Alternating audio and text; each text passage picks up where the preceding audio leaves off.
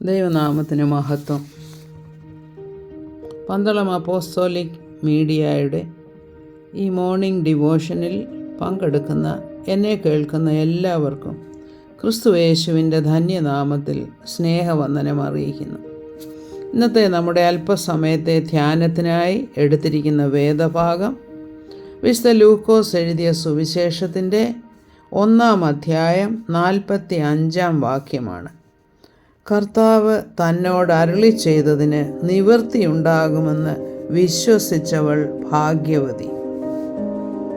ഇത് കർത്താവിൻ്റെ മാതാവായ മറിയം പരിശുദ്ധാത്മാവിനാൽ ഗർഭിണിയായതിനു ശേഷം തൻ്റെ ചാർച്ചക്കാരിയായ എലിസബത്തിനെ കാണാൻ പോയപ്പോൾ എലിസബത്ത് പറഞ്ഞ വാക്കുകളാണ്.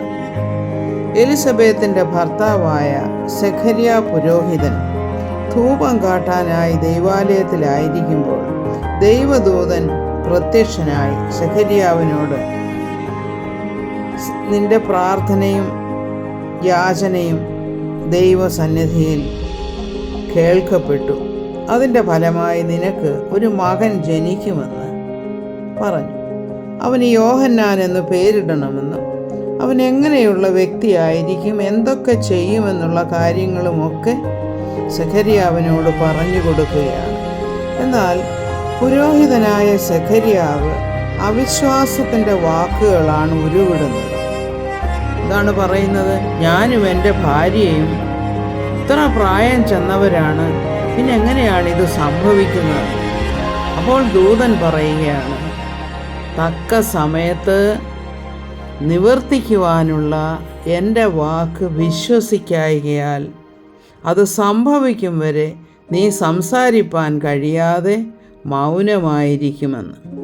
എന്നാൽ ഒരു പുരോഹിതനാണെന്ന് ഓർക്കണം. അബ്രഹാമിൻ്റെയും സാറയുടെയും വാർദ്ധക്യത്തിൽ അവർക്കൊരു മകൻ ജനിച്ചുവെന്നും അത് കഴിഞ്ഞിട്ട് വീണ്ടും അബ്രഹാമിന് മക്കളുണ്ടായെന്നും ഒക്കെയുള്ള തിരുവെഴുത്തുകൾ ഇദ്ദേഹം വായിച്ചിട്ടുള്ളതാണ്. ഒരു പുരോഹിതനുമാണ്. എന്നാലും ഉരുവിടുന്ന വാക്കുകൾ എന്താണ്? അവിശ്വാസത്തിൻ്റെ വാക്കുകളാണ്. എന്നാൽ ഇവിടെ നാം കാണുന്നത് ഗബ്രിയേൽ ദൂതൻ മറിയ എന്ന ചെറുപ്പക്കാരിയായ കന്യകയുടെ അടുത്തേക്ക് ചെല്ലുകയാണ്. അപ്പോൾ മറിയയോട് പറയുകയാണ്, മറിയയെ ഭയപ്പെടേണ്ട, നിനക്ക് ദൈവത്തിൻ്റെ കൃപ ലഭിച്ചു. അതിൻ്റെ ഫലമായിട്ട് നീ ഒരു മകനെ പ്രസവിക്കും. അവന് യേശു എന്ന് പേരിടണം. പിന്നെ കർത്താവിൻ്റെ കുറിച്ചുള്ള പല കാര്യങ്ങളും അവിടെ പറഞ്ഞു കൊടുക്കുന്നുണ്ട്. ഉടനെ മറിയ ചോദിക്കുകയാണ്, അയ്യോ, ഞാൻ പുരുഷനെ അറിയുകയില്ലല്ലോ, പിന്നെ എങ്ങനെയാണ് ഇത് സംഭവിക്കുന്നതെന്ന്. അത് സാധാരണഗതിയിൽ എല്ലാ മനുഷ്യരും ചിന്തിക്കുന്ന ഒരു കാര്യമാണ്. അവിവാഹിതയായ ഒരു സ്ത്രീയെ പുരുഷനെ അറിയാതെ എങ്ങനെ ഗർഭിണിയാകുമെന്നുള്ളത്. അപ്പോൾ ദൂതൻ പറയുകയാണ്, പരിശുദ്ധാത്മാവ് നിൻ്റെ മേൽ നിഴലിടും, നിനക്കുണ്ടാകുന്ന മകൻ ദൈവപുത്രനായിരിക്കും എന്നൊക്കെയുള്ള കാര്യങ്ങൾ, കർത്താവിനെക്കുറിച്ച് പല കാര്യങ്ങൾ പറഞ്ഞു കൊടുക്കുകയാണ്. അപ്പോൾ മറിയ തന്നെ സമർപ്പിച്ച് പറയുകയാണ്, ഇതാ ഞാൻ കർത്താവിൻ്റെ ദാസി, നിൻ്റെ വാക്കുപോലെ എനിക്ക് ഭവിക്കട്ടെ എന്ന്. അപ്പോൾ ഇവിടെ 2 പേരുടെ ആ വ്യത്യാസമാണ് നമ്മൾ മനസ്സിലാക്കുന്നത്.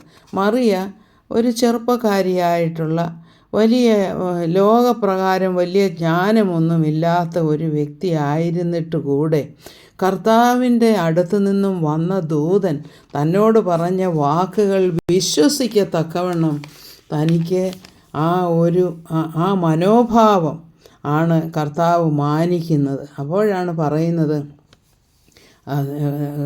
നിനക്ക് ഒരു ചാർച്ചക്കാരിയുണ്ടല്ലോ എലിസബത്ത്, അവളും വാർദ്ധക്യത്തിൽ ഗർഭം ധരിച്ചിരിക്കുന്നു. നീ അവളുടെ ഒരു ഉദാഹരണം ഞാൻ നിന്നോട് പറയുകയാണെന്ന് പറഞ്ഞപ്പോൾ ഉടനെ തന്നെ മറിയ അവിടെ നിന്നും പോയി ചാർച്ചക്കാരിയായ എലിസബത്തിൻ്റെ അടുത്ത് പോയി തൻ്റെ കാര്യങ്ങളുമൊക്കെ ഒന്ന് ഷെയർ ചെയ്യണമല്ലോ, അതിനു വേണ്ടിയിട്ട് പോയതാണ്.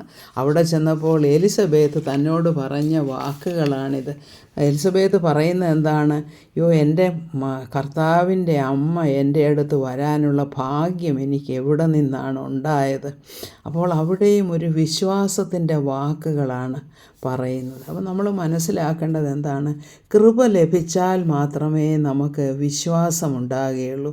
വിശ്വാസവും കൃപയും എന്ന് വെച്ചാൽ രണ്ടും പരസ്പര പൂരകങ്ങളായിട്ടുള്ള രണ്ട് ഗുണങ്ങളാണ്. അപ്പോൾ നാം കർത്താവ് നമ്മളോട് എന്തെങ്കിലും പ്രോമിസ് ചെയ്തിട്ടുണ്ടെങ്കിൽ അവൻ്റെ പ്രോമിസസ് എല്ലാം ഉവ്വ് എന്നുള്ളത് തന്നെയാണ്. അതുകൊണ്ട് അവിശ്വസിക്കാതെ കൃപയെ പ്രാപിച്ചവരെ പോലെ, അതായത് കൃപയാൽ മാത്രമേ നമുക്ക് വിശ്വാസം ലഭിക്കുകയുള്ളൂ. അങ്ങനെ കർത്താവിന് നമ്മെ തന്നെ സമർപ്പിച്ച് കൃപയും വിശ്വാസവും ഒന്നിച്ചു പോകുന്ന ഒരു ജീവിതം നമുക്കുണ്ടാകട്ടെ എന്ന് പ്രാർത്ഥിക്കുന്നു. മറിയയെപ്പോലെ ഇതാ ഞാൻ കർത്താവിൻ്റെ ദാസി, ഞാൻ കർത്താവിൻ്റെ ദാസൻ, അങ്ങയുടെ വചനം പോലെ എനിക്ക് ഭവിക്കട്ടെ, അല്ലെങ്കിൽ നിൻ്റെ ഹിതം എൻ്റെ ജീവിതത്തിൽ നിറവേറട്ടെ. അങ്ങനെ അതിനുവേണ്ടി കർത്താവ് നമ്മെ അനുഗ്രഹിക്കട്ടെ എന്ന് പ്രാർത്ഥിക്കുന്നു. സകല മഹത്വവും കർത്താവിന്. ആമേൻ. Praise the Lord.